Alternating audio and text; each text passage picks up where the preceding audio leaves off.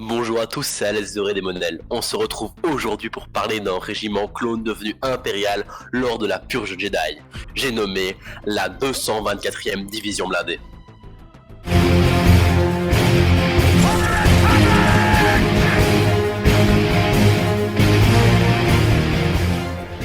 Pendant la guerre des clones, elle était connue sous le nom de la 224e division de la Grande Armée de la République. Un détachement du 224e connu sous le nom des Mud Troopers a combattu sur Mimban aux côtés de la 501e Légion sous le commandement du général Jedi Lantik.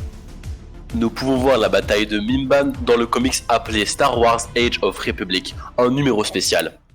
Dans la première page de la BD, nous retrouvons Rex sur le front avec le général du 224e régiment.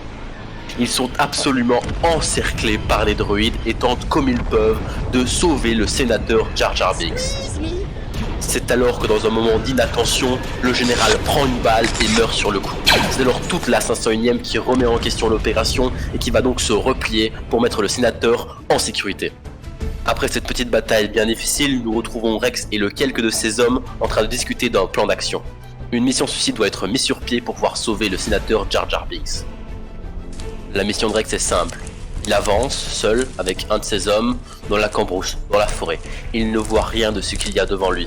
À tout moment, une horde de droïdes peut lui tomber dessus.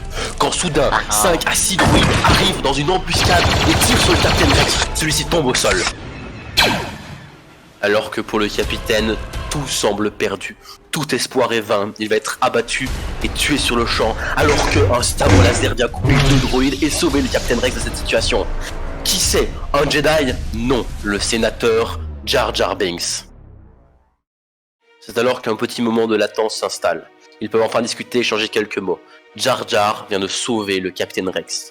Ils discutent comme de bons amis. On sent une vraie complicité s'installer. C'est alors qu'il décide d'un nouveau plan. Il faut continuer la bataille. Il faut aller attaquer les forces ennemies. Le comic se termine alors avec Rex et Jar Jar Binks qui attaquent les positions ennemies. C'est ainsi que s'achève la partie du comic sur la bataille de Mimban. Seules images de cette bataille durant la guerre des clones. Pendant leur combat sur Mimban, les clones de la 224e ont reçu une musique dédiée à la radio hologramme de la Grande Armée de la République. Un détail assez sympa qui nous montre ce que faisaient les clones durant l'attente du combat. Un geste qui servait à motiver les troupes dans le carnage de la bataille de Mimban. Vous écoutez le programme de la Grande Armée de la République, la voix de la bordure extérieure. Le prochain morceau est pour le 224e régiment qui patrouille dans la boue sur Mimban. Restez à l'abri et ouvrez l'œil, les gars. La 224e division combattit aux côtés de la tribu Yasanto contre les forces séparatistes qui avaient envahi la planète pour exploiter ses ressources minières. Lorsque la République s'est réorganisée en Empire Galactique 19 ans avant la bataille de Yavin, la planète a de nouveau subi une incursion ennemie, mais cette fois-ci de la part de leurs alliés. Les impériaux sont revenus sur la planète en tant que conquérants, cherchant à se procurer les abondantes ressources minières qui existaient dans le monde marécageux de Mimban. 10 ans avant la bataille de Yavin, la 224e division blindée se composait de Mud Troopers qui avaient été enrôlés dans les forces planétaires locales et intégrés dans l'armée impériale. La 224e division blindée a participé à la guerre des clones et aux escarmouches contre les Mimbanais. C'est d'ailleurs cette bataille qu'on a pu voir dans Solo à Star Wars Story, où on a pu être immergé au cœur du chaos de ce conflit. Bonne chance, Han Solo. Tu vas voler, tu vas voler.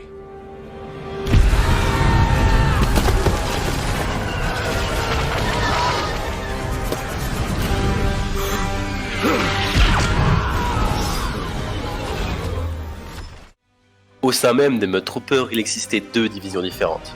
Les soldats d'infanterie classiques, qui étaient désignés par une bande rouge sur le biceps, et les médecins qui étaient quant à eux désignés par une bande blanche sur le biceps droit. Ces deux divisions combattaient ensemble sur le front. Les Mud Troopers étaient encore très flexibles et envoyés sur toutes sortes de planètes à environnement difficile. Ils avaient la chance d'avoir un équipement assez complet, doté d'un casque avec un recycleur à oxygène, ainsi qu'une armure plus blindée que celle des troopers de base.